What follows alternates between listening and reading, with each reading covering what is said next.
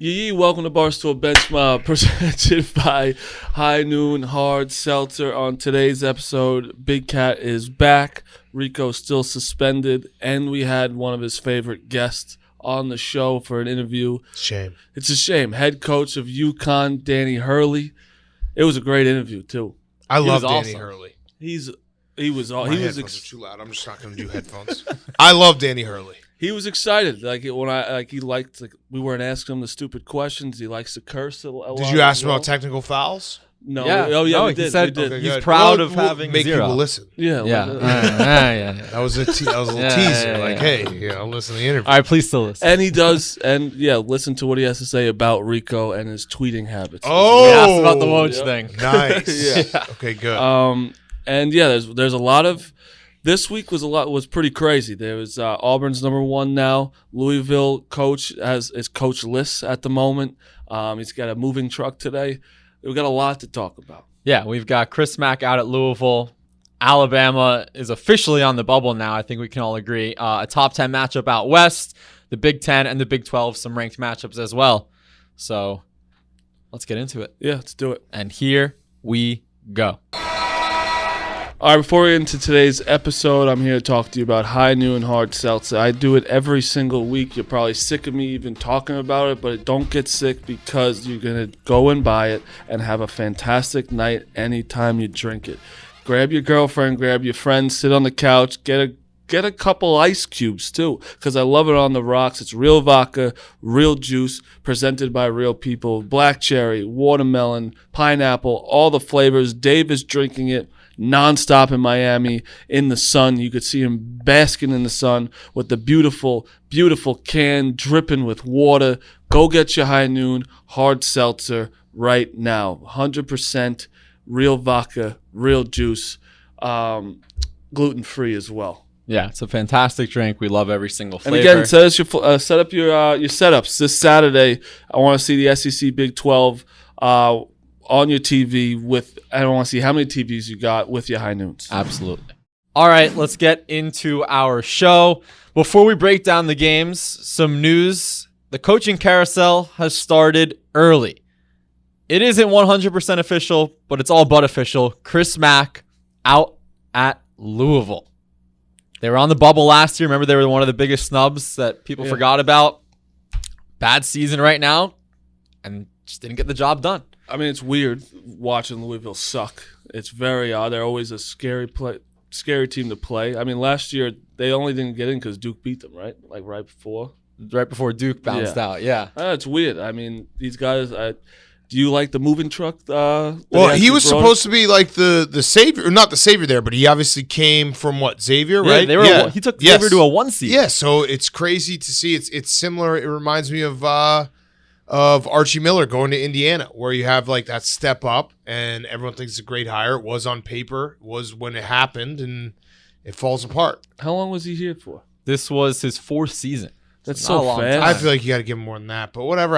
There's always, with all these jobs, there's so much politics involved in it, and like bullshit that goes on with like ADs and everything. So all behind the scenes shit. Yeah, it's like if a booster doesn't want you anymore and they want to cut a check, I think things can change pretty quickly. That's the thing too with the history of Louisville. I feel like there's just no leashes for these coaches. After the Pitino thing, after their assistant with the extortion thing last year, it's like what Pitino thing? What did Pitino do? Dan has never said a word about Pitino. What are you talking about? Explain to me what Pitino did. Say it. Jake. What was his worst crime? Getting a tattoo for a championship. Oh, that got vacated. Good answer. Good answer. Good answer. Yes. Yeah. So not the whores. I don't know what you're talking about. All right. No. So not coming in 15 seconds. Anyways, Jake's rattle. He smells cigarette smoke, and we're talking about coming. He's done. So I don't think it's official, but all signs are leading to it. So assistant Mike Pegues is going to be the interim, but the midseason changes. We saw it with Maryland early on. We see it with Louisville. I wonder what went into it. Like, why pull the plug now? Just stick it out 6 weeks. They stink. They're 11-9. They've lost 5 of 6 in a bad ACC. Like, I wonder why now compared to 2 months from now. I mean, maybe you get to be able to search a little bit earlier. You get a head start on the competition when it comes to your next coach. But Yeah, I mean, that's I'm kind of shocked. Like I don't know the details behind, the politics with it, but like Louisville 4 years or 3.5 years for Chris Mack feels like they pulled it pretty quickly. I like when they do it mid-season. If you know you're going to get fired and you know at the end of the year you're going to, just do it now. And fuck it. Like why try and use your resources, work hard, and just be like, I'm going to get fucked anyway, so let's just It would be a shame if the team had some extra motivation to win their next Yeah, we game. don't It happens to be at home against Duke. I'm a little worried.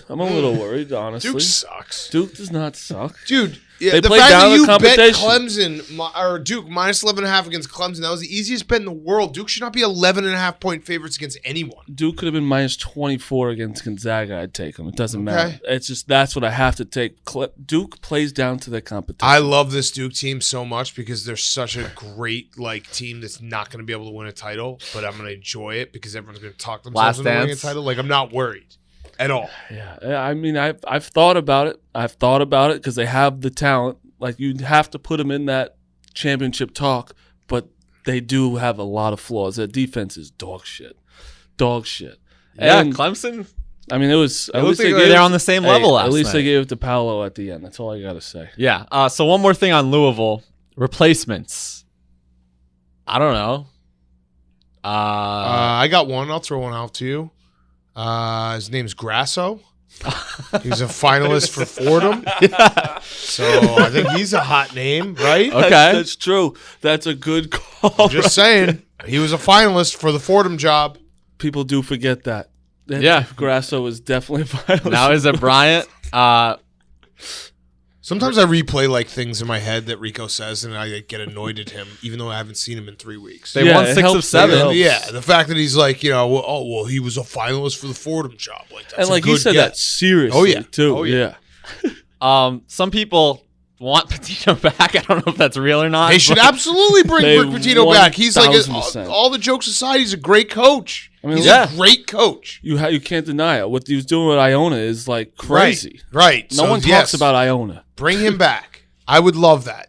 Cal and Patino going up against each other in December every year. Fuck that. That's awesome. That would be incredible. Yes. Then the tattoo, I guess you block out the year. You can still change have the a year. Louisville. Yeah. Flags fly forever. I count that one.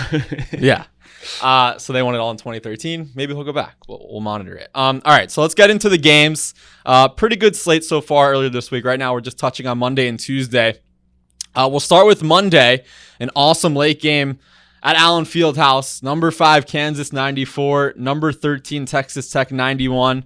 Double overtime. This is the week that all Kansas fans probably circled because they're home against Texas Tech and home against Kentucky.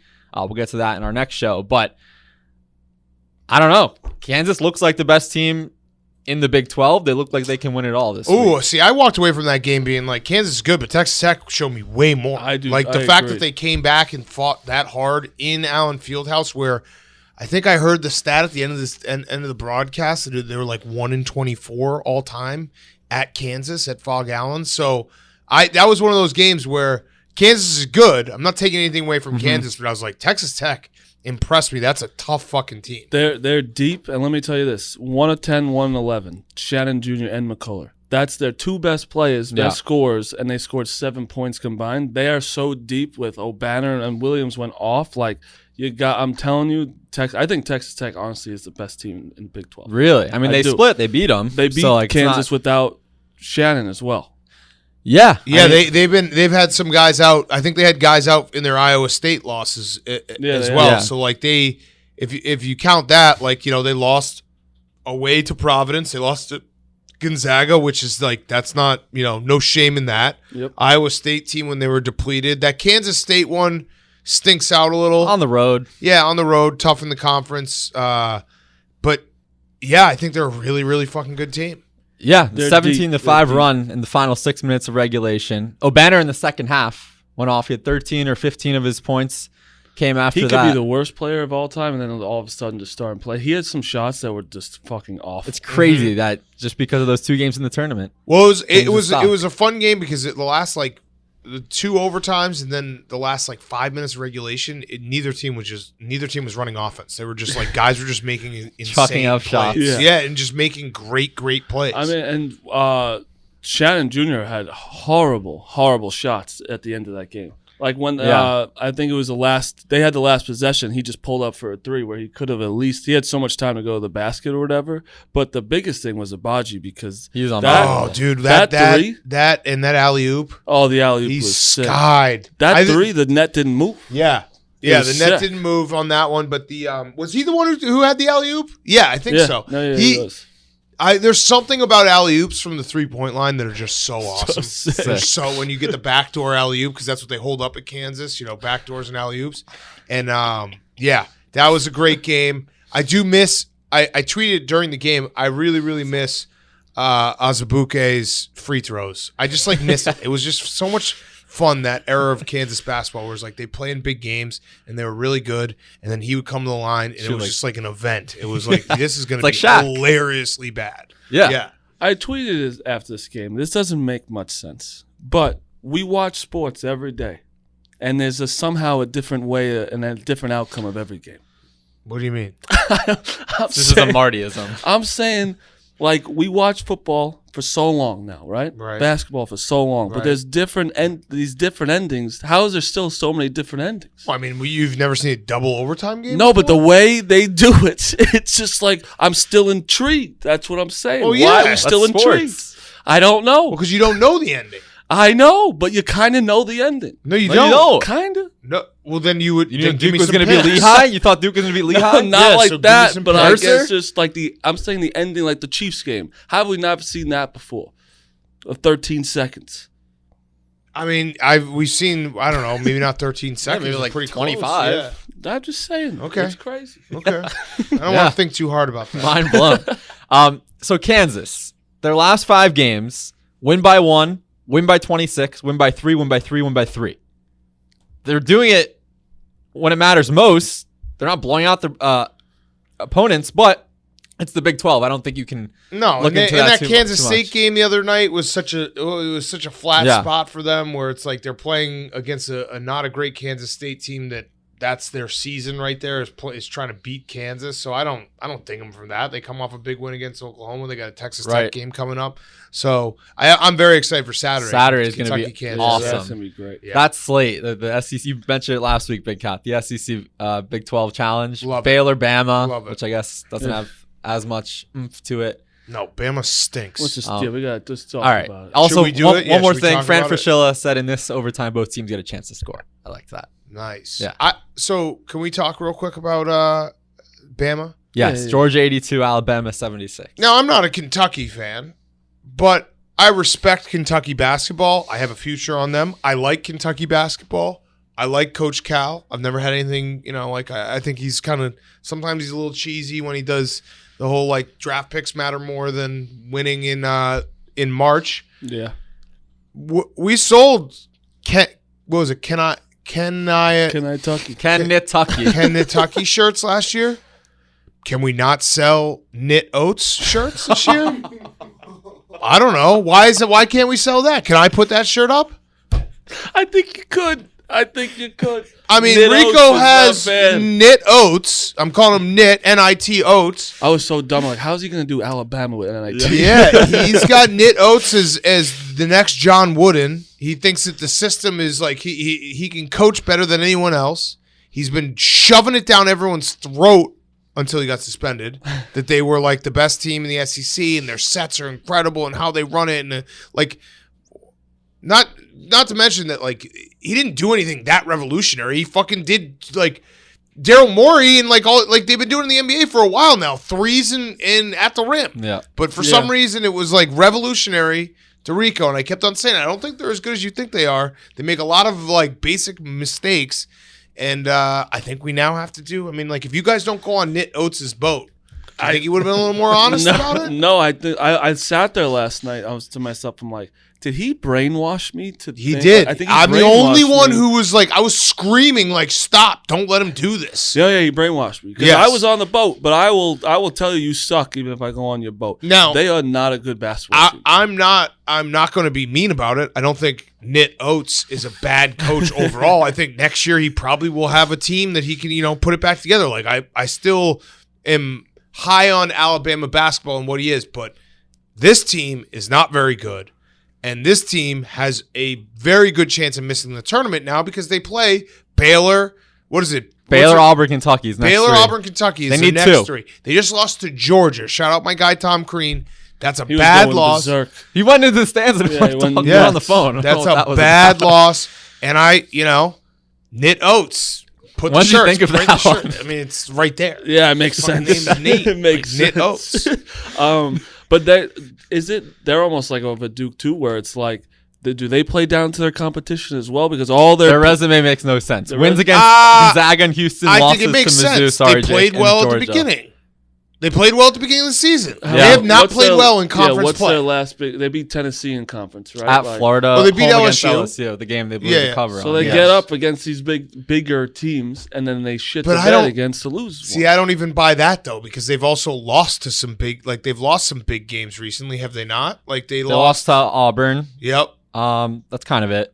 Okay. I Yeah, mean, so maybe we'll see. I guess we'll see if they win one of these 3 games coming up. Then maybe I'll have a I different. think they opinion need about them. 2. Yeah, it's knit oats tough. They're- You know what though? Let's be positive. Knit Oats is a good coach still. Great guy too. Great guy. good boat. If you look out the window at Barstool HQ, you see Madison Square Garden. Where do they play the Final Four in the NIT? All right, so we'll all go. It will be great. It'll be a good time. We'll get see 4 Knit seats. Oats yelling and screaming to an empty crowd, trying to win an NIT. Those flags fly forever too, guys. So It does, do. and we'll say thank you to Rico for the tickets. Yes, if he'll ask. exactly, Yeah, he'll exactly. be excited that he'll hook us up. Yep. No, that'll be good. Georgia, meanwhile, this is their first win since December 20th against Western Carolina. Good team, right? The Catamounts, the only other Catamounts in the country. Yeah, I mean, Alabama was struggling with Missouri. They Yeah. lost to Missouri, but they were struggling with them on Saturday as well. So, yeah, the loss to Mississippi State, the loss to Auburn, you can understand. Davidson is good. So, Iona's not a bad loss now. Yeah, no, it's just that they now have a lot of ground to make up because that's like one of those ones they can't lose. They'll still probably make the tournament. What happened Yeah. to Quinterly? How long is he out? Why was he not playing? I didn't even see that. There's 2 Quinterlys on the team also. It's confusing. I love when I don't think he's hurt. Yeah, Yeah, I just see Javon Quinterly was pulled 1 for 6 from a 3. He's not playing well. wow, I didn't even see that. But I mean, he hasn't been playing well. They haven't shot well. Shackelford's their go-to guy. I mean, I don't know. I think the quote I got from our friend Rico was like, one of these days, all their shots are going to go in. So he's still And they did believing. against Gonzaga. Yeah, exactly. But can That's they do that basically- 6 times in a row in No, March? Right, exactly. That's what exactly. matters most. Exactly. Yeah. So Alabama 500. Well, in no, SEC that's not play. how many. I think there's only 4 rounds in the NIT. So it's 4 rounds. It's around- 4 times in a row. It's 32, 32. right? So it's 5. 5 Win it rounds. all. So 5 rounds. Okay, so they only got to do it 5 times in a row. Yeah. Or if they're in the first 4, 7. 4-4 in conference, 13-7 is. Well, it is average. the SEC, but 2 of their losses are Mizzou and Georgia. That doesn't matter. It's And they like- have some tricky ones coming. Like those 3 that they have coming up are very, very good. Like then they good play- opponents. But then they still got to play Arkansas. They still got to like At Ole right? Miss. Yeah, At Ole good. Miss. At Kentucky again. right. So it's gonna At be LSU. It's gonna be. They got to win some of these games. They got to win at least one of these next 3. I feel like the SEC is good enough where if you go 500, depending on who you beat, I it should would be good still. enough. I wouldn't Yeah. bet on them missing Right. the tournament, but that was a bad loss for them. However, if they end up getting like an 8 or a 9 seed, that is a dangerous draw for the one. For who? For the one. If they How click. so? I If don't they know. click. Is it though? I don't know. Like, On it's- paper. Okay. On paper, it's not good. My aunt had balls. She'd be my bad. uncle. What are we talking about? 9-1 Saying. 9-1 at home though. Everyone's 1-4 going to on the say, road. oh, but Alabama has the talent. I will not be saying that. Okay. Okay. You So can't. that's People not will. everyone. People not will. everyone. People will. You can't even say it right now. They're a joke. And Duke And is they 9-1 at also home. aren't like they don't play tournament basketball in terms of like you watch them at the end of games. They like choke. Yeah. They turn the ball over. They're not great from the free throw line.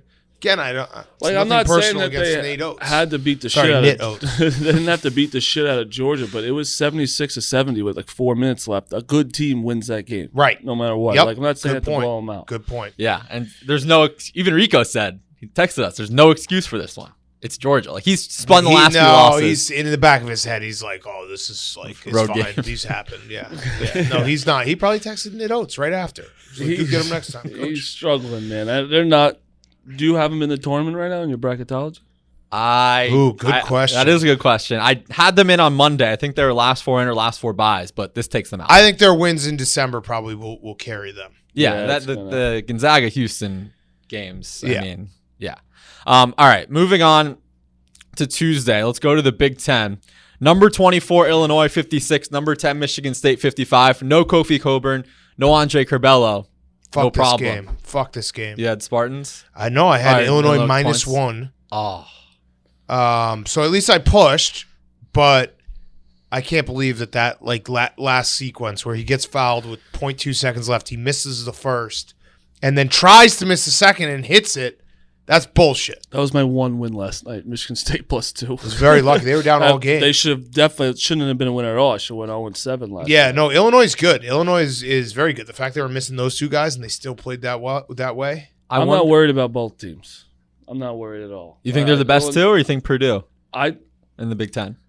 Wisconsin too. Oh, okay. That was just such a throw-in. Whoops. Still throwing shit No, at stop Wisconsin. I don't know. You can't really say that Purdue's better than Illinois because Purdue beat them. Yeah. Michigan State confuses me. They beat the shit out of Wisconsin, which that was Wisconsin, Without Tyler Wall. Wisconsin. No, but even regardless, Wisconsin was due for a game. Yes, that they I agree. Won. But Michigan State, we've talked about how they've been the kind of a quiet team where they've been like just keep winning and no one's really talking about them.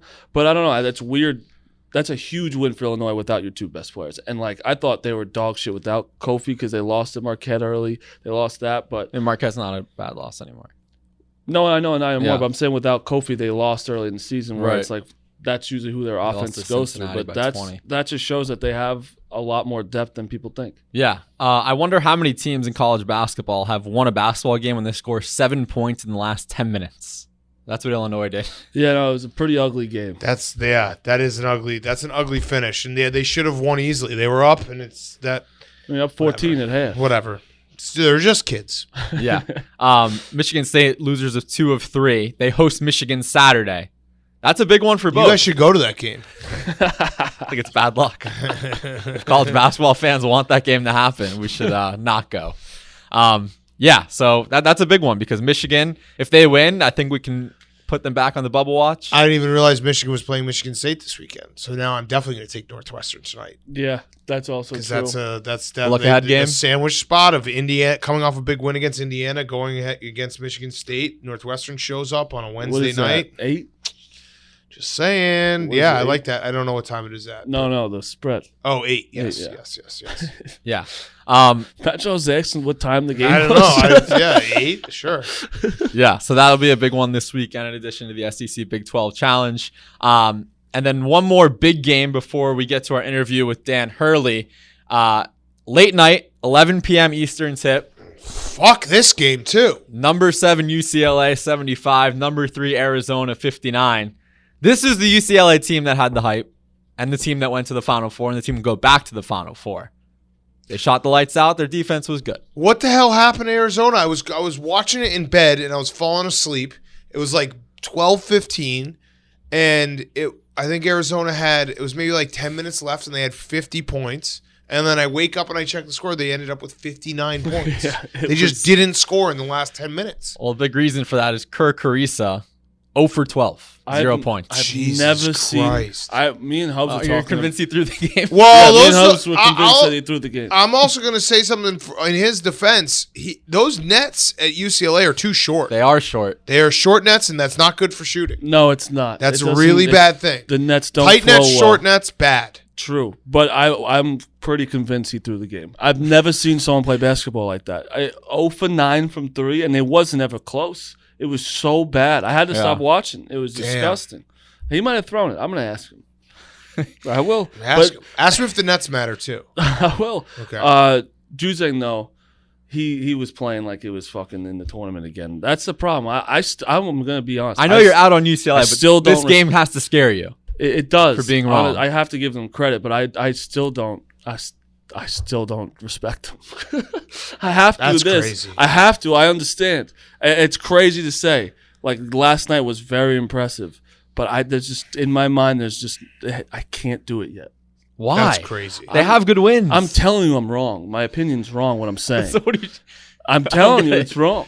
but I can't in my head get out of my first take of that they're not that good.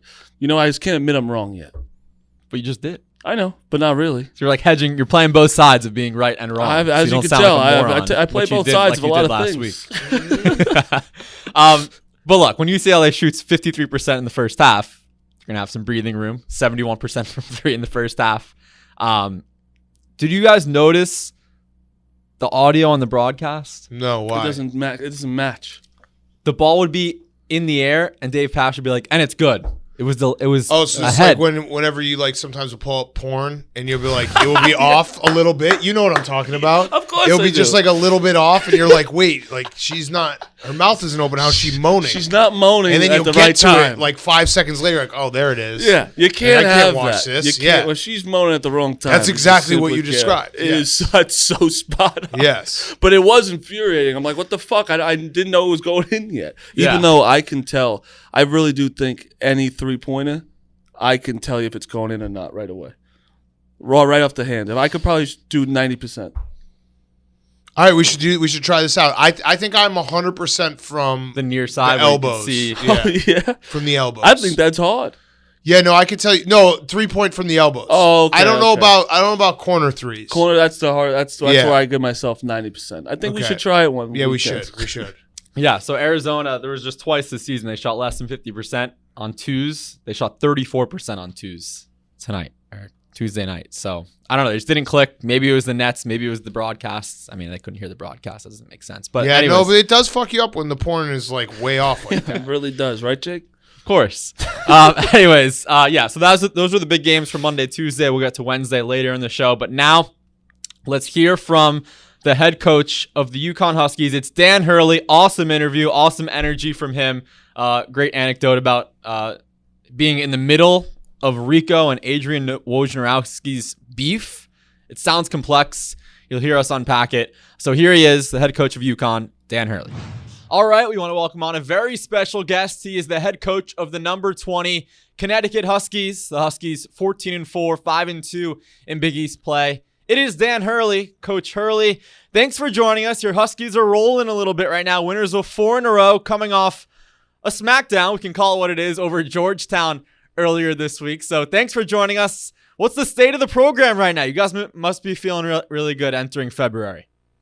Yeah, it's always, and thanks for having me on, fellas. It's always, it's a lot better in and around stores when you're winning. When you're in a place like this and you lose a game or things aren't going great, there's a level of hysteria that goes on around a place like this with all the championship level basketball here, men's and women's side. So, the bar is high here. We got a really, really formidable team when we're healthy. Feel like we're potentially as good as anybody in the country. And now we're healthy and we're on a little bit of a roll. Yeah, that's the thing. You guys are healthy for the first time in a while this season. You have given the number 1 team their only loss early in the season. So how does it feel to actually have everyone back now? And I personally think you guys are the best team in the Big East. I fucking hate Villanova, so I hope you guys beat the shit out of everyone. I told you, I'm going to be the one that just says some random shit, and he's going to be the straight guy. All right, Jake. Jake, you got to settle it. You got to settle this down. Hey, listen, we felt like even the games we've lost, we had a late lead against Michigan in the Bahamas after beating Auburn, without Isaiah Whaley, one of our most important players, like a real glue guy for us. Then we lose Sonogo and Tyrese Martin and lose at West Virginia, with 2 of the best players at their position in the Big East not playing for us. So, we feel like when we've got our whole squad together and and we have a chance to play consistent games and we're not stuck in like the COVID brutality where you're locked in your room for 10 days, like we can, really make a run at the Big East Championship this year and, hopefully be consistent enough that, that we can have a quality seeding for the NCAA tournament where, again, if we've played the best team in the country, we know what it feels like to play a team at that level. And obviously, we beat them. One thing I really enjoy about your coaching style is how animated you get on the sideline. And one specific moment that sticks out as a Syracuse grad is your first year at the Garden. You're yelling at Jalen Adams, and then you calmly switch your emotions and go shake Jim Boeheim's hand. So overall, your animation on the sidelines, is that something you've always had? Is it something that runs in the family?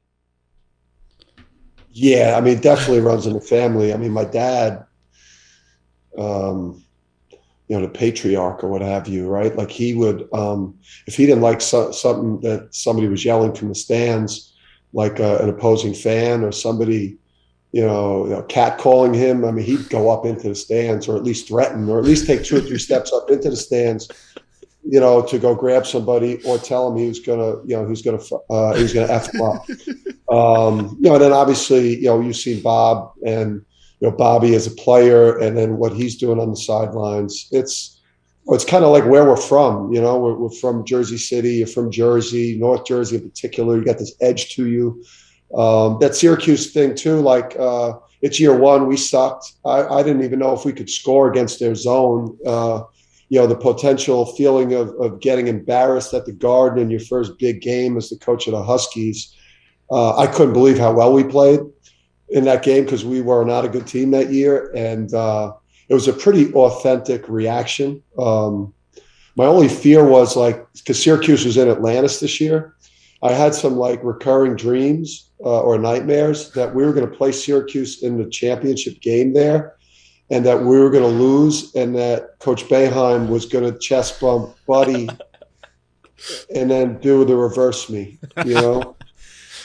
Would have been unbelievable, actually, if he did that to you. Yeah. That would have been a brutal moment for me. Yeah, it would have been brutal. Completely justified, though. Yeah. I live in Jersey City, so we'll hang out. I got a balcony bed, and I got a bed on the balcony, so you can sleep out there, too. I got you. Let's go. Laco's, great restaurant. Go to all Laco's. Right, I'll go to Laco's. I'll say you sent me, and it better be free now, right? We don't do handouts here. Oh, no, definitely not us. This has nothing to do with much, but you went to Seton Hall. Yeah. I'm a Duke guy. I looked at a box score when you played your brother in the Sweet 16. You guys were dog shit. You scored.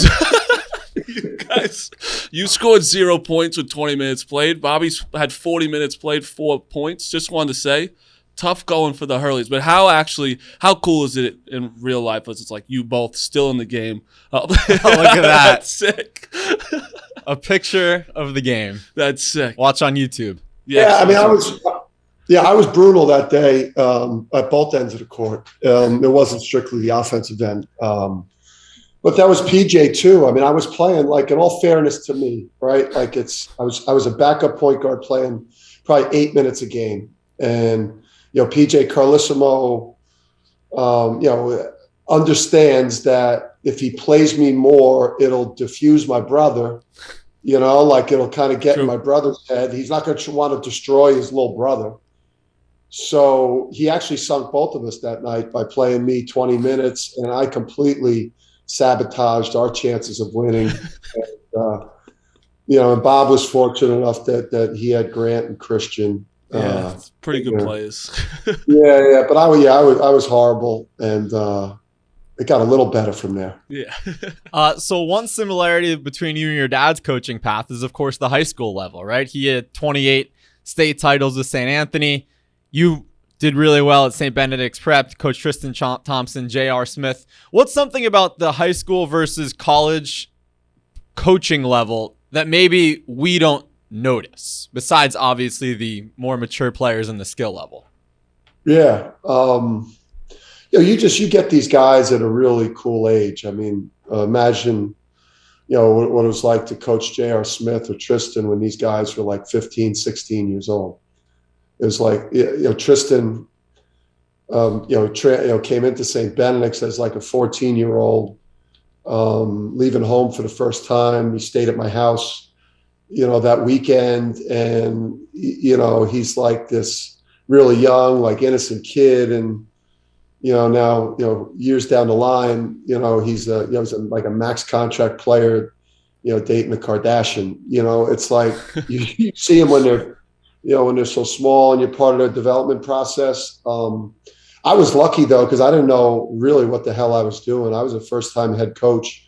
So being able to do it at the high school level, you get a chance to learn how to be a leader. You get a chance to kind of develop like a coaching voice and figure out what your style is going to be. And it's, I think it gives you a chance too to like understand how to run a program. Like you don't take anything for granted. I mean, because you're driving the mini cheese bus. You're cutting deals to try to sneak an extra person into the buffet. Like you're taping the games on the road. I mean, you're doing every single thing. So, being a head coach at UConn, like I don't take anything for granted because, I didn't land here. 1,000%. Well, to be honest, all right. So I got to set this up for you. We have a crazy person on this podcast. He got suspended. He's a nut job. And his name is Rico Bosco. I'm sure you've seen him on your Twitter. Bosco. He's got to be. I know what you're about. Yeah. I know. So I'm gonna bring this up. He texts me. He's like, "You gotta." He was so mad that we're interviewing today because he loves you. Like, doesn't stop talking about you. He goes, "His son knows. Just ask him." So he goes, 12-23-11. Wagner beats Pitt. And he goes, there's a thread I respond to saying this is Hurley's ticket out, and Woj sent him a DM. Have you ever seen, I'm going to put this up on the screen. I hope it works. It might not. But have you ever seen this DM where it looks like it's been in 1947, and he's the only one in the world that still tweets it out, and it's just it's a DM from Woj. It says, I know him pretty well. He isn't leaving the state of New Jersey, I promise you. He stayed in high school for 9 years, turned down a lot of jobs. I'm right. So that's what Woj says to Rico. And then he refuses to say that Hurley's coaching at UConn now because he's just saying that he was right. But have you ever seen that DM? Yeah. And I know my son Danny, who lives in Jersey City too, he's bumped into Rico, and I think they've messaged each other. But I'm sorry for him.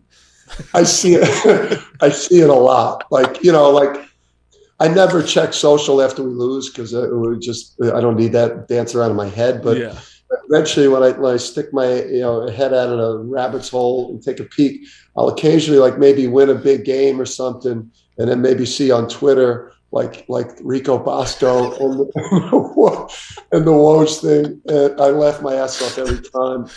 But it's like Rico's gonna say Woj is the best. Oh, Woj, yeah. We all know. Great.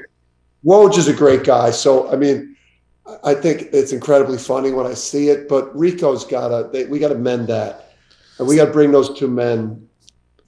We need him to do that with a lot of people at this office as well. We need him to come back and just mend everything. Coach, that was 2011. He's still fucking tweeting it at you now. He's a crazy person.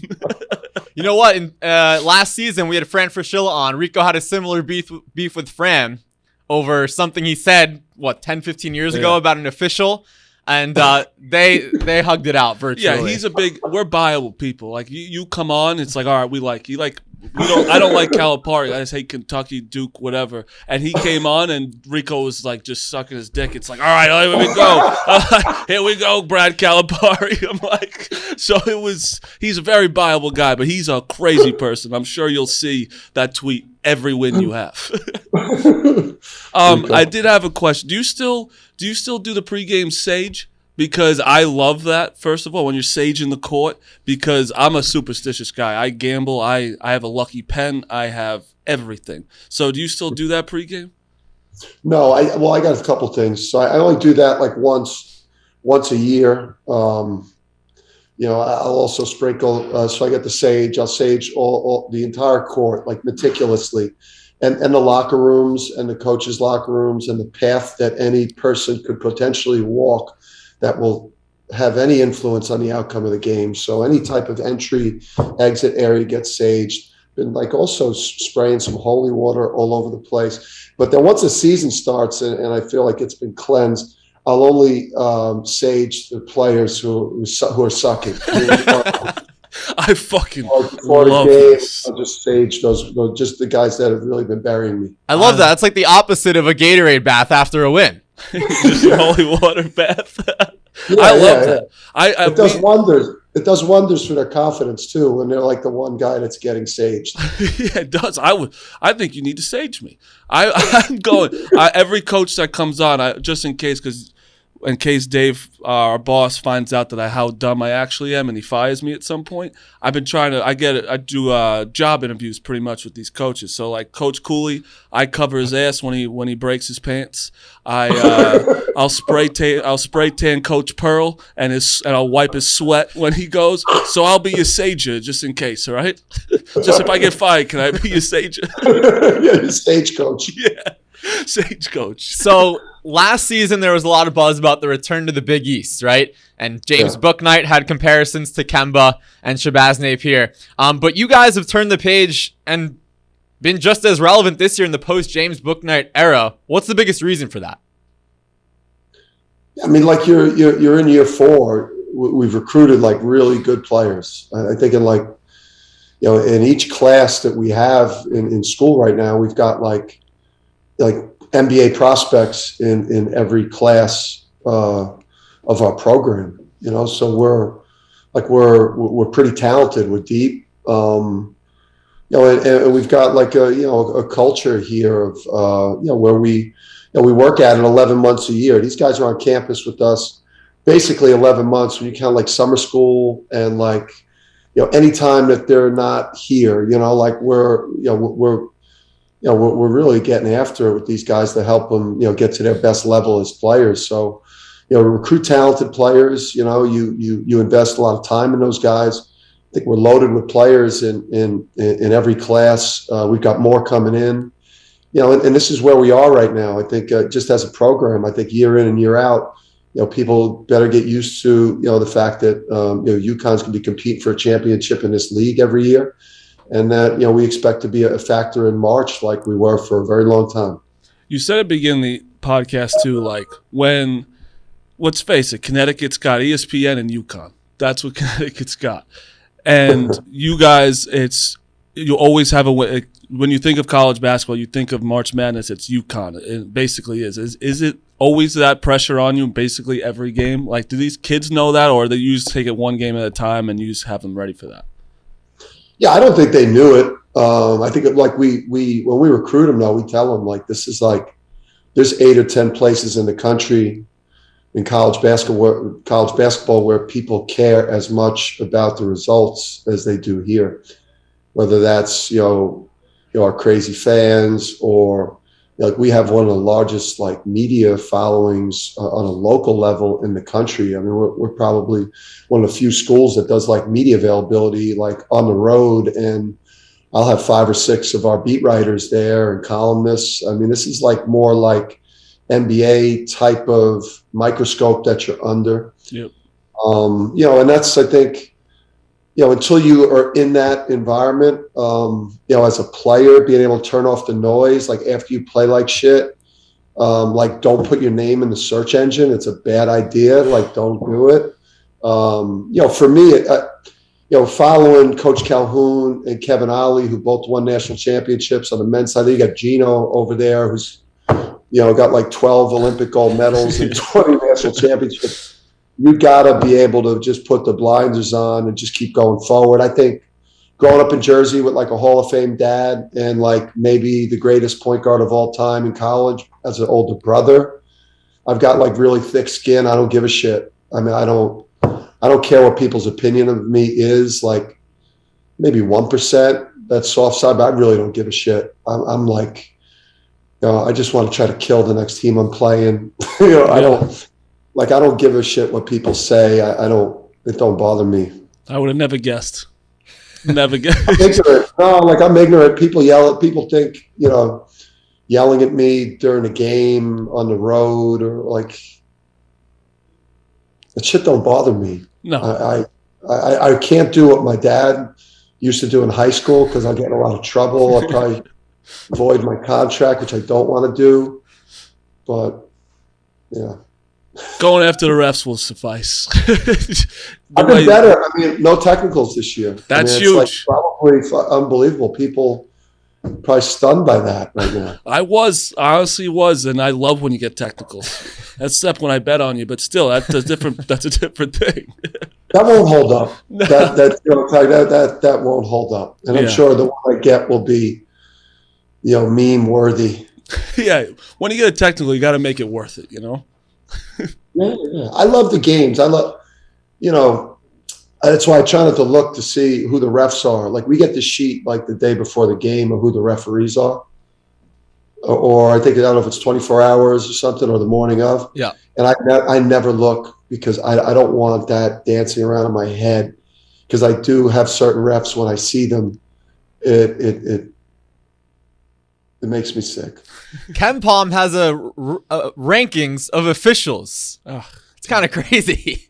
I don't know if that plays in your. Yes, you click on the officials on KenPom, and for example, last night you had John Gaffney. He's number 8. I don't know what goes into that list of rankings, but it's kind of unique. Oh yeah, Rico said he had a friend in there. He was like the 270th ref. He was fucking awful. He was so bad. But Gaffney was 8. Gaffney was he's a great ref. I see Gaffney out in the game. I know it's gonna be a well officiated game. But then sometimes you get out there and you've had bad experiences with guys, or like, you literally feel like your life is on the line when you play these games. And if you feel like an official has cost you, and then you go back when you rewatch the film and you see that in fact they did cost you, that doesn't leave instantaneously, you know? Right. How do we go about bringing back the logo on your shirt right now, the Husky, as the primary logo? Because when I see that, I think of Kemba, I think of Cardiac Kemba, I think of the Garden, etc. Yeah, we played somebody in the throwbacks last year, I think, and we lost. So fucking throw it out. No way, man. Yeah, burn it. Burn it with the stage. Fair enough. I'm just looking at the schedule. I'm trying to see when I'm going to invite myself to a UConn game. But yeah, I'll hit. Don't worry, I'll hit you up. I'll have. Yeah, well, Coach, we really appreciate the time. Hey, locker room access too. Locker room pregame, halftime, postgame. All right, you'll be hearing from me. You I don't take that lightly, Coach. I'm a freeloader. I'm telling you. We would love that, Coach. We really appreciate the time. The Huskies winners of 4 in a row at DePaul on Saturday, and then back home against Creighton on Tuesday. That is Dan Hurley, the head coach of the UConn Huskies. Coach, really appreciate the time. We'll be in touch. Good luck the rest of the year. Later, fellas. It was truly an honor. All right, that was Connecticut head coach Dan Hurley. Jake, stop. What a guy. Jake, stop. Let's do a moment of silence for Rico. Moment of silence, okay? 3, 2, 1. Rico's upset. He's upset that we got a big guest, Jake. Jake did a good job. He emailed the SID. They won. They got back to us. You take Danny Hurley. Great interview. I felt bad because I knew that was one of Rico's favorites. You know what? You got to take it. We're trying to get big guests. It's a great guest. So what we said earlier, this helps Rico too. Oh yeah, it helps build our brand if we can get big names on the show. 1,000%. We're moving. We're grooving right now. So Danny Hurley was awesome. Even before I interviewed, he's like, "This is good. This is a different type of interview, right?" I was like, "Yeah, this is gonna be. I'm gonna say fuck a lot probably." And he was like, "Let's go." And his attitude about just not caring what the outside says, I love that. I was like, I said in the interview, I was like, what a surprise. Like, no, I could tell you were a fucking thick-skinned guy. You could tell why people like him, why UConn is always in the mix, because he's just a good coach. He's one of my favorite coaches actually in college basketball. Yeah, he's fantastic. So thanks to Coach Hurley. Big East has some guys, good personality coaches. Yeah, absolutely. All right, so before we move on to love, hate, and beating the buzzer, we want to remind you that this podcast, the Barstool Bench Mob, is brought to you by Bare Bottom Clothing. Make getting dressed the easiest part of your day with Bare Bottom. They're made for comfort essentials, make picking out your clothes a no-brainer. Try on any of their joggers, shorts, or tees, and you'll immediately understand why so many guys have made Bare Bottom a staple of their closet. Take a look what I'm wearing. Bare Bottom Clothing. Everything. And Balls right Beachwear. And Balls Beachwear. Joggers I just got are sick. Sweatshirts are great. Make you look good. Know how much you're a schlep. Get Bare Bottom because they make anyone look good. Absolutely. So it's sold exclusively through their own site. You're going right to the source for premium threads without the premium price. For each item you purchase, a school lunch is donated to a child in need. Over 700,000 meals have already been donated. Some things indeed. So Marty's rocking it top to bottom. I have some at my desk that I'm going to wear this weekend while watching college basketball. We love Bare Bottom. So check out their latest styles at barebottomclothing.com/bench and get free shipping on your first purchase. That's barebottomclothing.com/bench. All right, let's wrap up the show, or this portion of the show, before we get to Wednesday. with our segments. It is Love, Hate, and Beating the Buzzer. I'll actually start us off with this week. My love, and this is a big announcement, is that the tournament registration for the first ever Barstool Bench Mob 3-on-3 Invitational is going live on Monday. Woo. When is it? Monday at noon. It'll be Tuesday, March 15th. All day is the tournament. And then Tuesday night, we're going to do a post party to watch the first four together. Got it. So where is it? It's going to be at Basketball City in Manhattan. Okay. All day. Okay. You can go to barstoolsports.com/events to register. Teams can be up to 6 people. You need at least 3. Guaranteed at least 3 games. There'll be pool play to start off. You win, you'll play more in the bracket play. There'll be a skills competition. Lunch will be provided. Transportation to the after party. Each player gets a jersey. We've seen the mock-ups of these jerseys. Rico did something good for once. Nice. Yeah. They've been really cool. So basically, it's retro jerseys of big-time schools. And instead of the school name, it says Barstool Sports. Nice. Yeah. So that'll be awesome. Must be 21 plus to participate. No spectators allowed at the event, but they can come to the after party. Yeah, so it's going to be a lot of fun. We'll have a Barstool team. Big Cat, I know you've been itching to get back on the court. I tried. I mean, I'll get hurt. Yeah. So, yeah, keep an eye out on that. Monday, noon Eastern, the registration will go live. The event is Tuesday, March 15th, all day. Watch party at night for the first 4. Yep. Maybe Alabama. It's cheap Be as in that fuck, game. too. We made it very cheap the first one so everyone can Yes. come easily. So it's going to be like, what, $500? It'll be $500 for the team. You split that with 6 people. That's less than $100 per person for 2 meals, a drink ticket, a jersey, and registration to the event. Yep. It's a great deal. Easy. Yeah. Take off now. March Yeah. 15th. Big Cat, you'll stop by, right? Yeah, I'll be there. Yeah, it'll be fun. All right. And my hate is Dickie V shutting it down for the season. Hate to see it. Sucks. It's sad. Yeah. That's Rico's love. Yeah, it is. He cashed his ticket. Yeah. Yeah. So Dickie V, hopefully he gets well soon, and hopefully he's back next season. Damn, making it somber. Yeah, It's thanks. that's Good why I stuff. hate it. Good stuff. You go, Dan. All right, Yeah. my hate is that today is the anniversary of Kobe's death. Yeah. So that's Somber sad. mood. Yeah. And then my love is Virginia Tech fouling forever on Monday night. Who are they playing? Monday night. Line. Was it North Carolina? Yes. They were down 10. They started fouling with like 3 minutes left. It was awesome. Hitting it over when a team just refuses to stop fouling. The best. The absolute best. I got to find it actually because it was so many points scored. It was 78-68 UNC. And then, but what was the score with 10 minutes left, or with 3 minutes left? 78-68, but tell me the score with 3 minutes left. Because they were just fouling, wouldn't stop fouling. I love when a team does that. Give me that all the time. I'm looking. It's basically that and walk-ons coming in and trying really hard to score.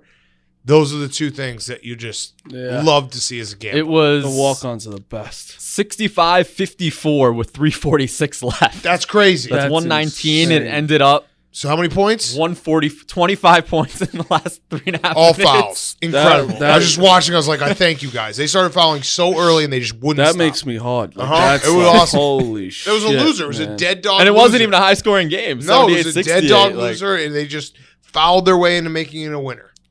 That's crazy. I hate 9/11. Thank you, Marty. You're welcome. I also hate Uber Eats taxes.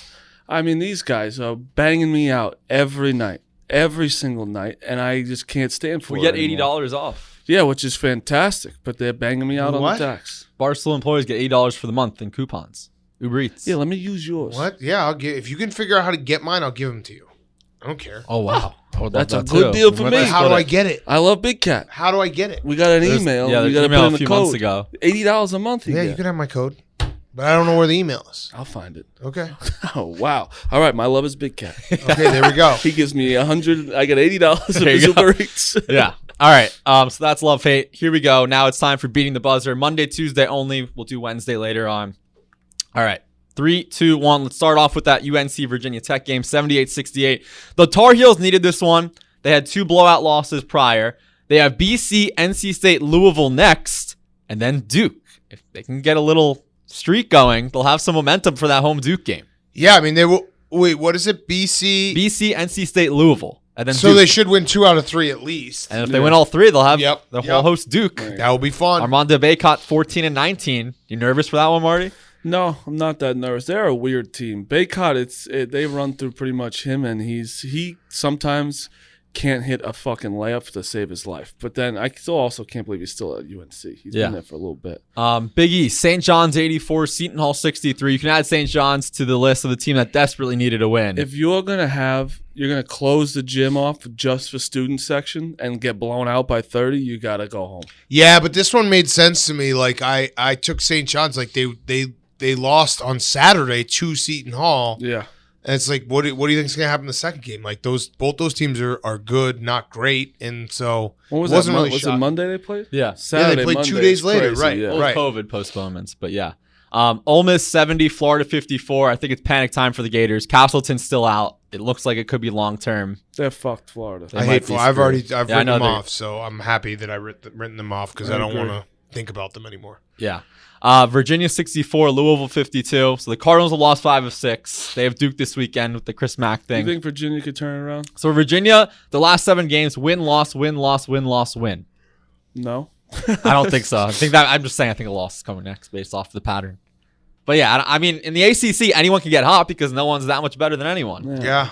It feels like it's now going to be like Florida State and Duke, and maybe Wake Forest. Wake Forest is playing well. Wake Forest is, I thought they would fall off at one point. They've been playing well. By the way, Giannis is going to the Syracuse-Wake Forest game Saturday in the Dome. I don't know. Guy, Adam Weissman. Oh, I know him. Yeah. Pays the guys to come with him, and Giannis is going to Wake Giannis Forest. and his Syracuse. brother. Giannis will be like, what the fuck? Yeah, a few years ago, Brady, Gronk, Edelman, Jimmy Fallon, and Edelman went to the Syracuse Duke game. So look out for that. A few mid-major notes. Marty, you're not allowed to participate. In the Big Sky, Weber State beat Southern Utah for first place. I know that's Rico's conference. Yeah, there's 1 million points in that game. I had the over. 92-84. Boom. Look at that memory. Yeah, that was great. And then in the MEAC, Coppin State was down 26 to Howard and won by 2. Didn't have anything on that game. Can't speak about it. Yep. Fair See? enough. I'll be honest with you. Oh, I appreciate believe it. me. At least you have...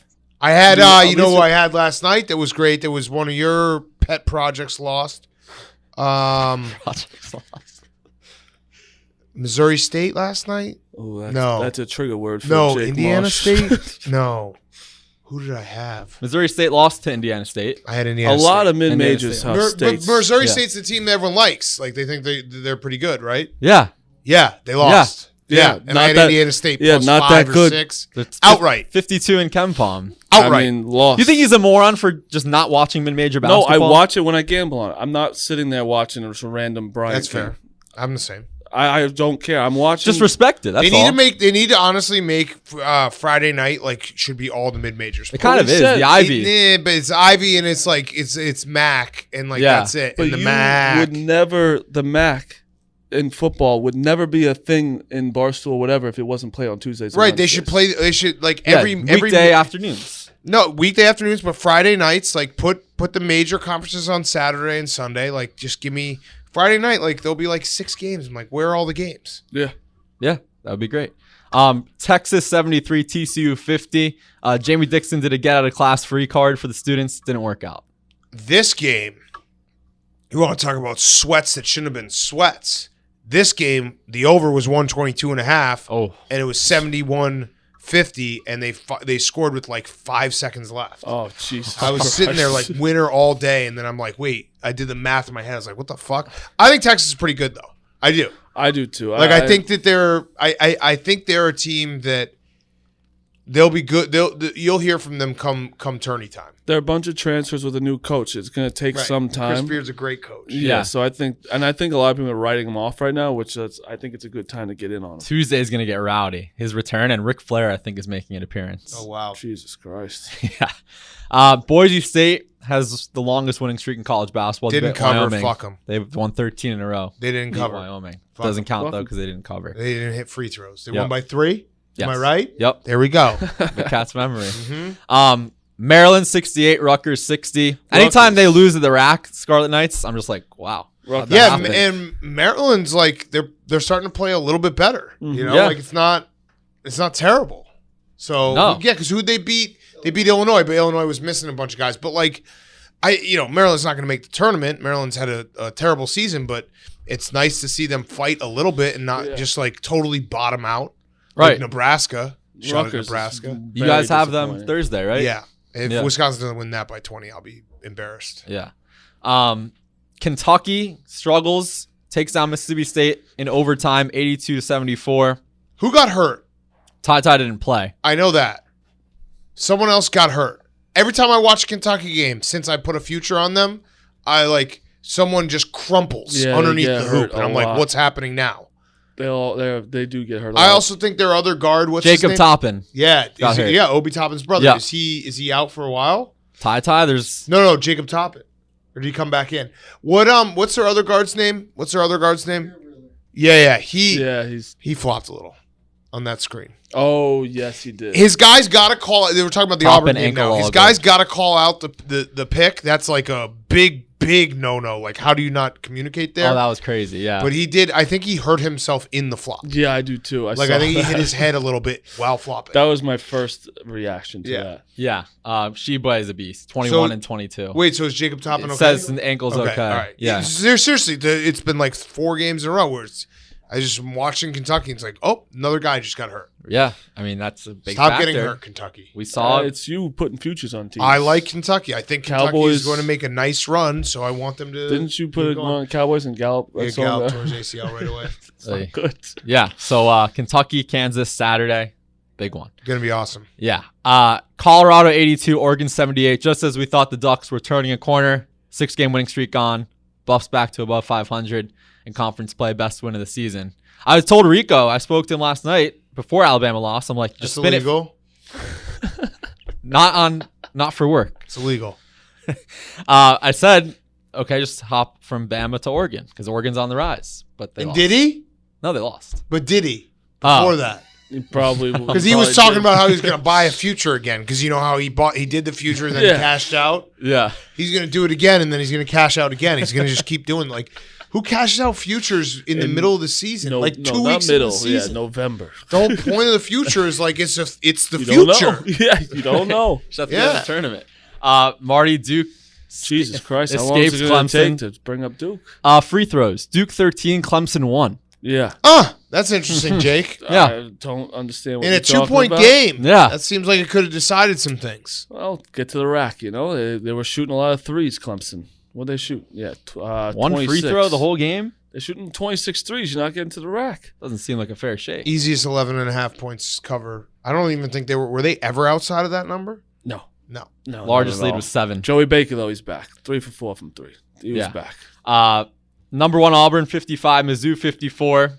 This was a weird finish. Well, it was Kwanzaa Martin. I knew I had Mizzou, and I mean that was a very classic like letdown spot. So I'm not going to ding Auburn for it. Like they just won a game that was one of the biggest regular season wins they've had in like program history. The way Bruce Pearl was dancing around saying we're in an everything school. So yeah, I mean that was I don't fault even if they'd lost that game. I would have been like that makes sense. Right. But they gutted it out. Yeah, they're really good. Yeah, any road win in conference. Yeah, especially in that spot. Which is kind of contradicting ourselves because we were saying Alabama can't lose to Georgia on the road. No, you can contradict yourself. You can be a critical of this. It's fine. I'm the biggest one. Yeah. I don't like I think I did see something. Did you guys see that Kentucky was like dancing and fucking water, like going crazy in the locker room after the overtime win?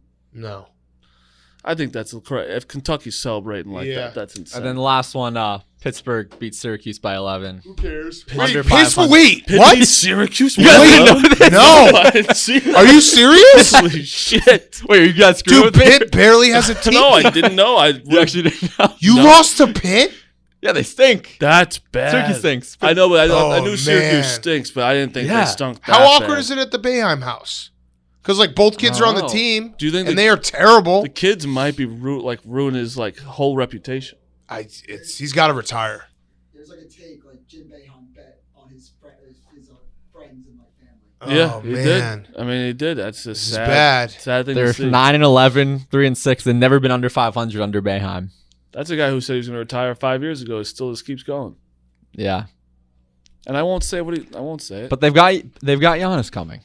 It's 'cause Jake, Giannis. Jake will cut it if I say it. Oh, he says it all the time. I killed the guy Well, yeah. on accident. It was an And accident. got a standing ovation when he came back. It did.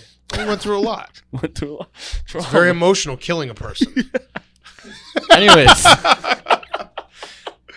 You guys really gotten me in my between the cigarette smoke, the porn talk, and this. Trifecta for Jake. It's been an interesting episode, but yeah, that's all I got. Thank you, Big Cat, once again. Of course. You'll be back next week. Yeah, we'll have to figure it out. We're Yeah. doing the interview, but we'll figure it out. Maybe we'll do it later on in the night. All right, we'll Zoom figure or something out. something, yeah. So let's get to the rest of the show. Wednesday recap with me and Marty. All right, we're back. Wednesday, late night. A solid slate. Not too many marquee games, but a lot of good dramatic games. Me and Marty riding out the rest of the show. So let's start off in the Big East. We had a few buzzer beaters today, or close enough to buzzer beaters. Providence 65, Xavier 62. The hero is Jared Bynum. 16 points. Big road win for Coach Cooley, the big dog. Okay, I have a take because it's a trendy take right now to be like Providence is the luckiest team in college basketball right now. They're 17-2. They lost to Virginia and somebody else. Marquette. And Marquette, which is like whatever, like not bad losses. Virginia's not great, but that was early in the season. No one, whatever. Yeah. It's an easy take to be like Providence is the luckiest team. I'm your boy Ken Pom literally has them as number one luckiest team. Wow, are you using Ken Pom as a part of your opinion? No, someone told me that today because I was talking. I was like, oh, they're like, yeah, Ken Pom has the number one luckiest team. I'm like, oh, of course he does because it doesn't make sense where it's like, yeah, they got lucky during what some people had COVID when they were playing them. Injuries. They beat Wisconsin early without Johnny Davis. They beat Texas Tech at full strength when Texas Tech was full strength. Texas Tech's one of the best teams in the country right now, and in my opinion, one of, not the best, but a top 10 team. They beat Texas Tech full strength. What are you looking at me like that for? No, I'm just looking intently at Ken Pom. Oh, I think it's crazy to say that they're the luckiest. Yeah, they got lucky a little bit with teams they played, but tonight on the road against Xavier is a huge. They were winning. That game wasn't even that close. They were winning that entire game. They kind of blew at the end. I don't get how you call them that lucky when they have some good wins and they're 17-2. Yeah, so to your point, they were up 14 in the first half. But looking at just the naked eye, I don't know how Ken Pom's luck thing comes to be. They don't have too many like one possession wins. They have a handful of 4-point wins, 5-point wins. But 3 is actually their smallest. I don't know what luck could mean for Ken Pom. Like, I'm genuinely interested. Does it mean like I don't know? Is it foul calls? Is it I'm injuries? telling you, I don't know. I think it's with the teams they played early on. They played all the tougher teams early on with COVID. But like I'm looking right now, Seton Hall. When Seton Hall was 9-1, they beat them, and Seton Hall was full strength. Like they beat UConn. They didn't have what's his name, fucking blanking Sonogo. But like, dude, I just don't get how you can say that when they have really, really good wins, and I just don't understand how you say it. Yeah, 17. Tonight was a big test. Like I thought tonight was a big test where Xavier's a good team at home, and Providence was +8 tonight, +8 in the Why spread. was that such a big line? And they won it because they're it's obviously disrespectful. hindsight, but like, No, it's a big line. I took them +8. And like I would have guessed like 5. Yeah, 4 or 5. I thought like they're 17-2, bro. Like what are we saying that they're lucky? Yeah, I'm gonna side with you, Marty. There, the Ken Pom. I don't know.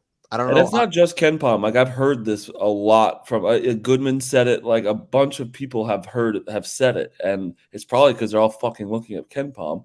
I didn't know that till today. Yeah, probably. It honestly is probably what it is. But like, I just think it's crazy to say that when Ed Cooley's like and Providence are just. Why can't they just accept that they're a good team? Yeah, if you are listening and you know how Ken Pom has this algorithm for luck, please tweet at us because I'm interested. Yeah. But yeah, they've won 4 in a row. They've lost a game at Marquette and a neutral site game to Virginia, as you mentioned. There's a really good team. I don't know. I mean, we've talked about Ed Cooley being in the Coach of the Year candidate conversation. Al Durham, 22 points. The Indiana transfer, he had a cool quote today. It was something along the lines of, people say whatever they want, like we're just going to go out there and do what we do. Yeah, so that's paraphrasing it. But I don't know. Winning on the road, Xavier is a hostile environment. They've lost 2 in a row. It's disrespect what they're getting. Like even 17th and like 17-2 and they're 17th in the country. It's like it's taken them this long to just like crack 20. Yeah, I mean, they have wins at Wisconsin. Obviously, no Johnny Davis, but a win at Wisconsin is a win at Wisconsin. Texas Tech, as you mentioned. Full strength Texas Tech. Full strength. At UConn, obviously no Sonogo, but at any road conference game, I feel like I'm a broken record. Any road conference game, you get credit. It is, and UConn is still like they're still a good team without Sonogo. Obviously, it's not full strength, but still. Yeah. And Providence at home against Marquette it's another test. You're gonna kill me, but they have a win against Vermont, which, according to Ken Palm, is the top 72 team in the country. You know, Jake, we were having such a good like a actual college basketball conversation, me and you, and I think I had an insightful take for once, and you got to bring up Vermont. It's part of it. It's natural. It's their resume. The Catamounts keep winning. I was at the game tonight against Stony Brook, and it's going to be a really good win. How was Stony Brook, huh? Vermont won by 13. That's right where I'm from. So yeah. So that was fun. But yeah, I mean Xavier, they're in tier 2, right? I think we agree. It's what, UConn, Providence, Villanova, Marquette. Yeah, and Marquette deserves to be there, right? I'm telling you, I'm gonna admit, Seton Hall was one of my teams where I thought was gonna show up. They were in the beginning of the year very good. I don't know what the fuck happened to them tonight. Bryce Aiken's been hurt for. They haven't been at full strength in a long time, but they got down way too early. They cut it down at the end, but they fucking stink right now. Yeah, so let's get to that game. But before we do, Marty, do you agree those 4 teams, it's their race? UConn, Villanova, Providence, Marquette? Yeah. Yeah, for sure. St. John's, Seton Hall, Creighton, Xavier. I don't think they're with them right now. No, I don't. Xavier fans might be mad. They're 14-5, but they have 4 losses in the conference. But yeah, Marquette 73, Seton Hall 63, 7 wins in a row for Marquette. I had to do a Notes app apology because I mistakenly wrote 8. But I also I have an apology as well, where I'm going to call Marquette a very real team. I didn't think they were. They are playing way better than I ever have ever thought they would. I mean, how many rows did you say? 7. Yeah, 7. And I was watching this game. In a good conference. What? In a good conference too. Yeah, for sure. I'll be honest. I haven't watched a ton of Marquette because I was like, I really didn't think they were going to be that good. And bro, Lewis is unbelievable. He was whapping tonight. Whapping 33 points. Yes, I didn't even realize it was 33. I literally career high.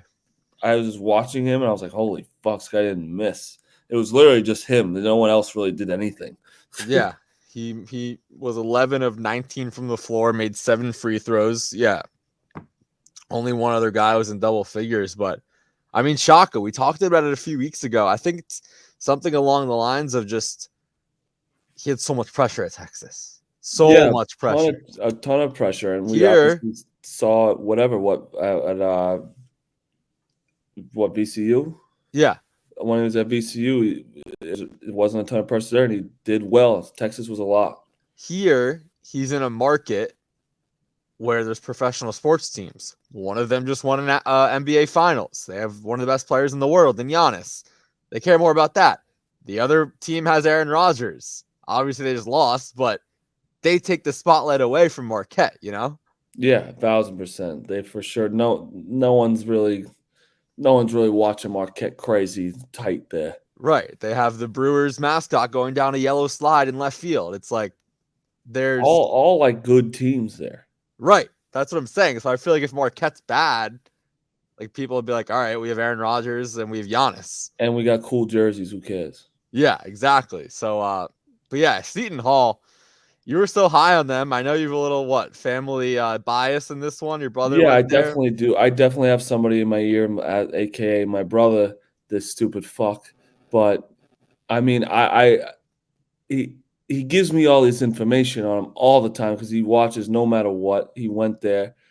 They start out great, and I've said this from the beginning. They kind of Roden needs to play better, but Kale is like, I think their X factor when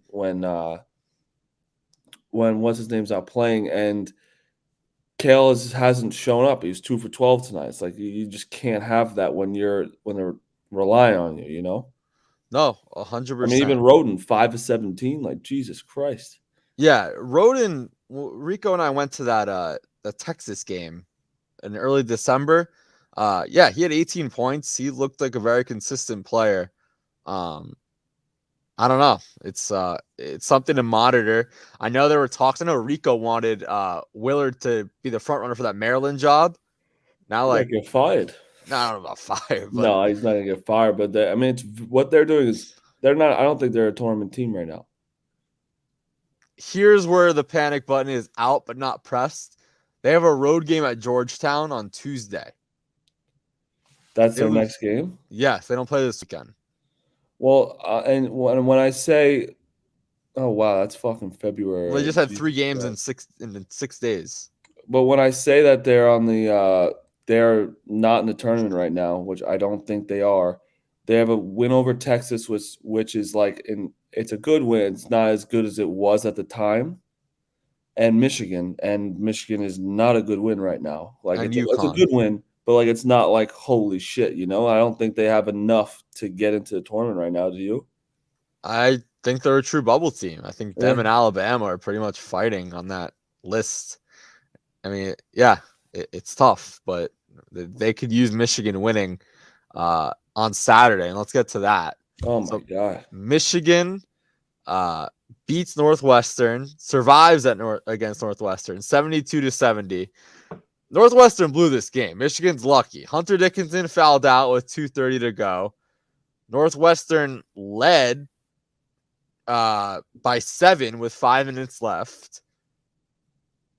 Michigan needed this one, though, and now they have a little momentum. They win at Indiana. They've won 3 in a row.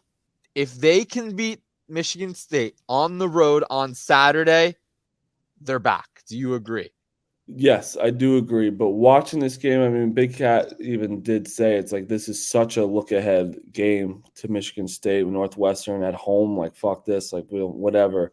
Northwestern should have won for sure. Dickinson kind of, you know, I'm a big Dickinson guy. He didn't play that well, and he was showing it as well. Like his frustration foul when he got his 4th one. I don't know if you saw that. It was just like there's no reason for him to do it. He needs to know that the team goes through him because when he was out, it was a struggle to find some offense. Struggle. No, 100%. And I know in previous episodes of this podcast, I've been hard on the Michigan 5-star freshman. Because we said, why are they struggling? We were trying to like dissect why. And it's like, oh, their freshmen aren't as good as Paolo and Chet coming in. But Caleb Houston, he had 18 in this one. He's had 19 in the last game and 16 in the game against Maryland. So those 3 wins, he has contributed big time.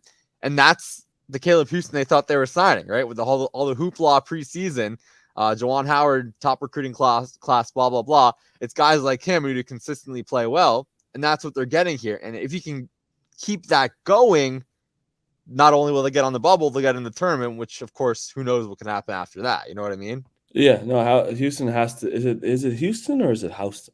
I think it's Houston. Did you know when I moved to New York City, I thought it was Houston? Yeah, it's Houston Street. Yeah. Houston. That's why I literally think I just said Houston just because I always thought it was. And it's spelled the same way as the city. Yeah, it's stupid. This is not. This is Houston, but you are right though. That it should be. He needs to keep going, or they're going to suck. Still, it does. Dickinson can't do everything. Right, and I think you mentioned this too a few episodes ago about like when your stars are big man. I feel like it's easier to stop you, right? Way easier because you have. Yeah, it's like when it's just Kofi it's good. Like no matter it's good, but then like if you add Corbell, it's fucking brutal. That's why Purdue is really good because they have Ivy. Right. Yeah. So Michigan, keep an eye on them. If they win Saturday on the road in East Lansing, they're back. We probably have to reach out to Dickinson, try to have him on the show because that would be big for Michigan them. State last game who they play. They just lost to Illinois. Yeah. At 1 point game. Yeah, it's tough. They're gonna be angry. Yeah, I know. I wish they won that. Yeah. SEC ball. SEC. A weird night in the SEC. We'll start off in Knoxville. Tennessee 78, Florida 71. We talked about the Gators earlier because they lost on Monday as well, but I don't know. It just seems like without Castleton, they don't have a shot. No, they don't have a shot. Even though they started this game hot, like they were beating up Tennessee a little bit.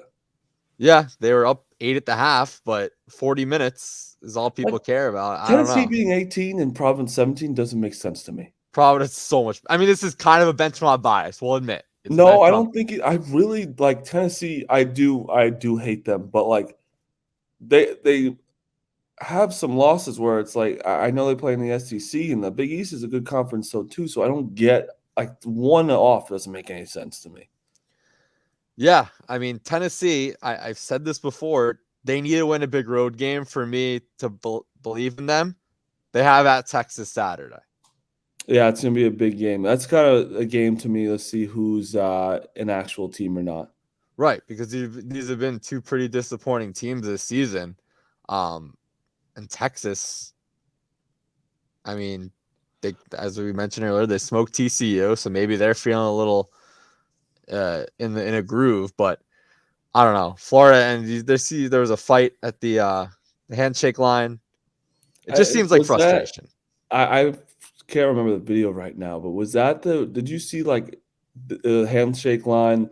One of the Florida guys almost went into the crowd pretty much, but then did you see at the beginning, like was it the coach that pointed at the cops to go stop it? He didn't even go near his team or the other team. I'm watching it now. Jesus. Did you see that? I didn't see the cop part. Is it the very beginning? It's at the beginning, like before you see like it's happening, and the coach just goes like this to the cop. Oh yeah. Jesus. Yeah, I don't know. I mean, that's just frustration of your team that you go to Florida, you think you're not going to be 12-8, and you think you're going to be in the tournament, and you suck right now. Right, and it sucks. And you're winning this game. Right, it sucks for them because a year and a half ago, they had the best player in the conference. He has this scary incident. He's still not playing. Castleton was also a great player, and now I don't know. They haven't really given full details, but it seems like it's long term, and they're racking up all these losses. They have Oklahoma State at home, and then Mizzou, Ole Miss, Georgia. They need to run the table before at Kentucky on February 12th. Like, I don't know. They have a win against FSU, Ohio State. That's pretty much it. Remember they lost that Texas Southern game? Yes. That was so weird. They were like 25-point favorites. I think that's still, from a line perspective, that might be the biggest upset in college basketball this season. Yeah, I think it is. Yeah, so that's a tough one. And then we just wrapped up watching LSU and Texas A&M. That was a great game. Just down the stretch, just like crazy plays. And that block at the end. Do you see that block? I went nuts in my apartment. It was crazy block. Yeah. That's how, I mean, LSU's won on defense this game. Number one on defense on KenPom, Eric Gaines. So LSU was up 2 with 25 seconds left. A&M went up for a dunk. They had a wide open lane. And they just came out of nowhere. It's like clean block. I mean, yep. Will Wade, they needed this one too. They were struggling. 3 in a row. Like you see their record there.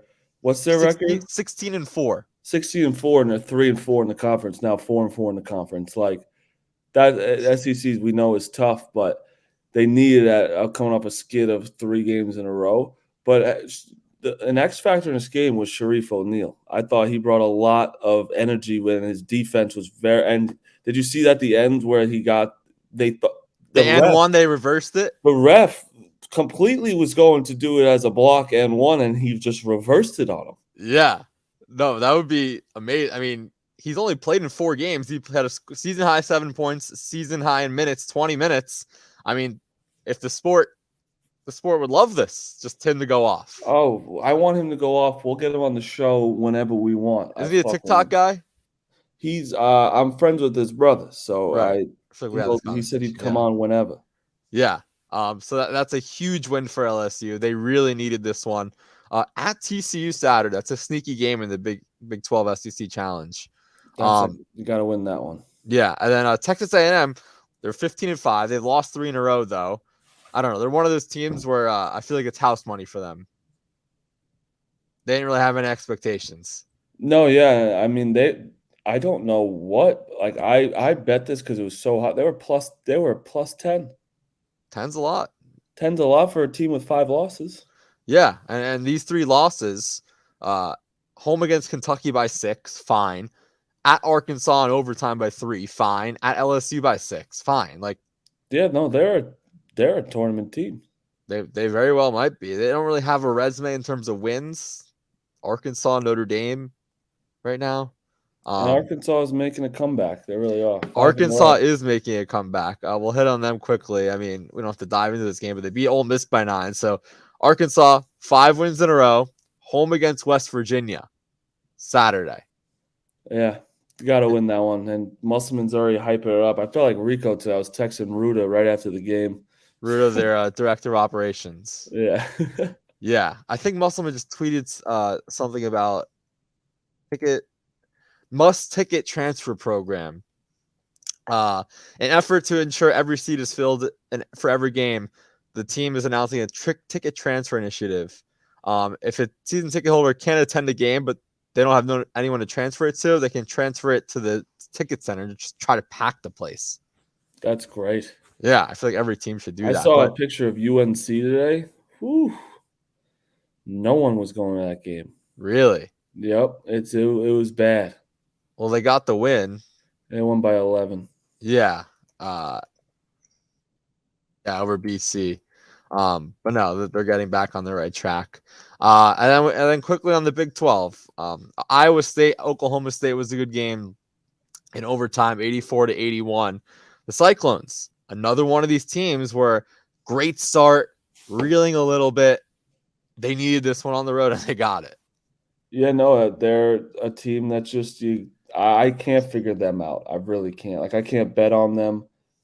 Today they were real fast. They were they were +3 this game. Right. And I was like, that's like almost a rat on like in gambling terms, pretty much, because it's like Oklahoma State 10-9, number 23, whatever. But that's a good win. That's a great win right there on the road. Yeah. Isaiah Brockington, 26 points. Oklahoma State's Avery Anderson, 34 points. I wonder what that locker room vibe is like, because it's got to be like sickening just going out there and knowing we're not making the tournament, but like it's more pride. I don't know. Oh, yeah. No, you're right. I thought you were talking about Iowa State. I was thinking like I think they sit there and look at each other like, I don't know how the fuck we keep winning. We won 2 games last year. No, for Oklahoma State, it's like no, yeah, I know. Like what That's are they? Trash. I mean, then it's be like sucks. Yeah. Like, would they be better than around 500 if they had more motivation to play in the tournament? I don't know how that works. And then Oklahoma beat West Virginia by 10. Friend of the program, Tanner Groves, with 21 points. They snapped a 4-game losing streak. They had lost 5 of 6 entering this one. And they can get back on the right track, but they have their hands full this weekend at Auburn. Yep, I was going to say the same thing, that I thought they were going to that was a must win. I actually liked West Virginia tonight, but yeah, it's a must win for Oklahoma. Yeah. And then lastly, the Miami buzzer beater, Charlie Moore, half court buzzer beater. It doesn't matter who you root for, as long as if it's a buzzer beater and you're not on the wrong side of the buzzer beater, you're gonna love watching buzzer beaters. I know Liam, part of my take producer, aka Bubba, he has a thing for just watching home runs, like sick home runs. I have the same thing for buzzer beaters. Doesn't matter who it is. Yeah, it was sick. I mean, I can't believe he even hit that. What a disappointment Virginia Tech has been this year. They were supposed to be at the top of the conference. They have been I think Miami's good, but still, like, what a disappointment they've been. Yeah, Virginia Tech 2-7 in a bad ACC. Yeah. And then while we're in the ACC, Florida State, they won 6 in a row. They had the big road win at Miami. They just lost by 14 to Georgia Tech tonight. I don't know. That's one of those where like I saw it when I was doing some research before coming back on here, and I was like, that was like me seeing what you just tell me. Pitt beat Syracuse. It's like, what, bro? It's like, what happened? Like, I don't know. Georgia Tech, and like Yeah. it wasn't even close. They beat the fuck out of them. Yeah, they beat him by 14. So I don't know what's going on there, but your quest for the 5-bit ACC is Oh, not I looking told good. you before the show, Jake. Georgia Tech getting in the mix. It's going to be a 7-bid league. Georgia Tech is 9-10 and 2-6 in the ACC, and on Sunday they beat Clayton State by 50. Yep, getting back in the mix. So if you're gonna take Clayton State as a plus for Georgia Tech's resume, I don't know what that. Oh, now is. you're disrespecting Not even major. What are they? D2? D2 or D3. So yeah, Clayton State. I don't know how they ended up on the schedule this late into the season. And then the Atlantic 10. Davidson had a 15-game winning streak. They lost to VCU. Shout out to the Davidson swimming team. though. They are the distraction in the stands. That was very funny, but you got to win if you're going to be in a Speedo. Yes, this was their first loss since November 18th. They started 1-2, and then they won every game until tonight. That's something. There was also a sick block in that game, Mikhail Brown-Jones. But this opens up the conference again. I don't even know how many bids this conference can get. Like maybe 1 or 2, because the Bonnies were the overwhelming favorites. Dayton's rolling a little bit, kind of. George Mason, I don't know. It's always a weird conference. They're right in the middle of like obviously mid-major and high major. No, they're a mid-major. Rothstein specifically said when we told him last year, he's like, nope, not a mid-major. Yeah, well, I think they're the definition of mid-major. I think if you have a broadcasting deal on CBS Sports Network, like for conference games, I don't think you're a mid-major. That's the line. If a big network is willing to pay to air your games weekly, I don't hate it. I don't hate that. I feel like that's fair. I think they're still a mid-major, but I don't hate that. Like Davidson, Dayton, that like no joke, that is the definition of mid-major, where it's like I know those teams, like I know I watch those teams, and they're like they're close to the high major. They're close, but they're not there yet. Right. They're in that category for me with like the Mountain West and the AAC. Yeah. Like you can't say Wichita State's a mid-major.